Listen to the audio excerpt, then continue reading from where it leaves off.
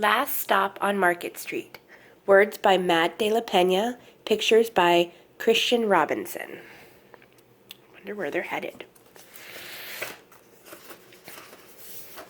That beautiful neighborhood. CJ pushed through the church doors, skipped down the steps. There he is. The outside air smelled like freedom, but it also smelled like rain, which freckled CJ's shirt and dripped down his nose. A rainy day, just like today. He ducked under his Nana's umbrella, saying, "How come we gotta wait for the bus in all this wet?" "Trees get thirsty too," Nana said. "Don't you see that big one drinking through a straw?" CJ looked for a long time, but never saw a straw. I think she's talking about the trunk, right? It's like a straw. It brings the water all the way up to the leaves. From the bus stop, he watched water pool on flower petals, watched rain patter against the windshield of a nearby car. His friend Kobe climbed in and gave CJ a wave and drove off with his dad. "Nana, how come we don't got a car?" "Boy, what do we need a car for? We got a bus that breathes fire. And old Mr. Dennis, who always has a trick for you." The bus creaked to a stop in front of them. It sighed and sagged, and the door swung open. There's Mr. Dennis. "What's that I see?" Mr. Dennis asked. He pulled a coin from behind CJ's ear, placed it in his palm. Nana laughed her deep laugh and pushed CJ along. They sat right up front. The man across the way was tuning a guitar. An old woman with curlers had butterflies in her jar. Nana gave everyone a great big smile and a good afternoon.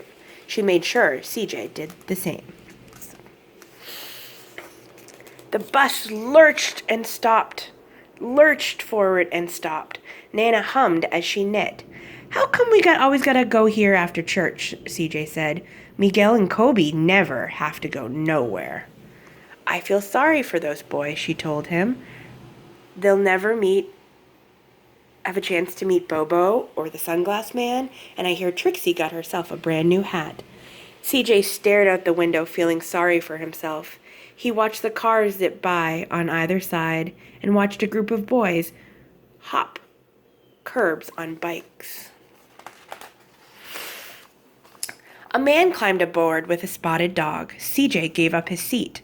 "How come that man can't see?" "Boy, what do you know about seeing?" Nana told him. "Some people watch the world with their ears." "That's a fact. Their noses, too," the man said, sniffing at the air. "That's a mighty fine perfume you're wearing today, ma'am." Nana squeezed the man's hand and laughed her deep laugh.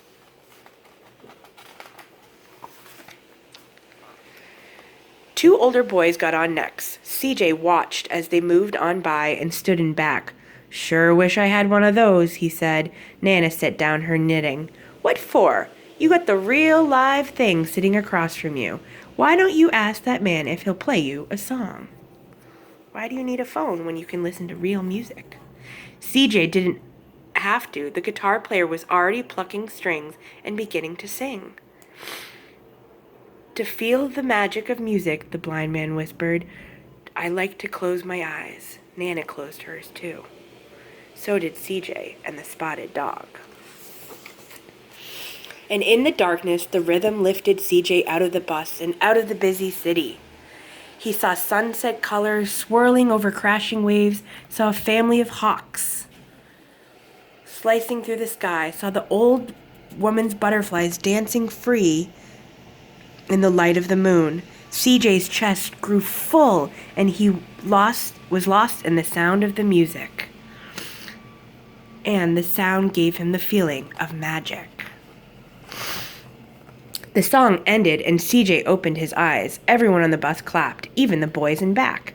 Nana glanced at the coin in CJ's palm. CJ dropped it in the man's hat. "Last stop on Market Street," Mr. Dennis called.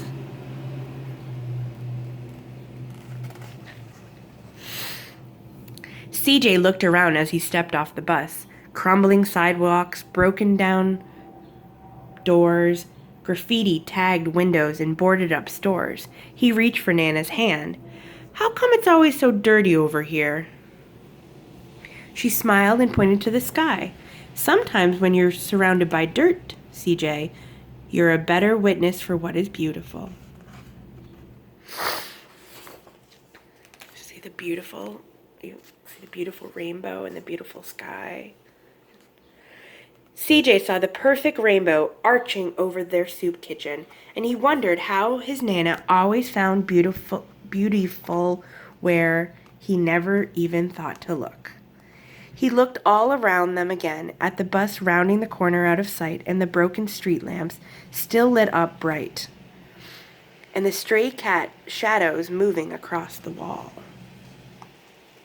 So it's important that we find beauty in everything that we see and do. When he spotted their familiar faces in the window, he said, "I'm glad we came too." He thought his Nana might laugh, her deep laugh, but she didn't. She patted him on his head and told him, "Me too, CJ. Now, come on." So it looks like there's CJ and his Nana, and they're passing out food to people that need food. So they're volunteering. They're giving up their time and making sure to help others. The end.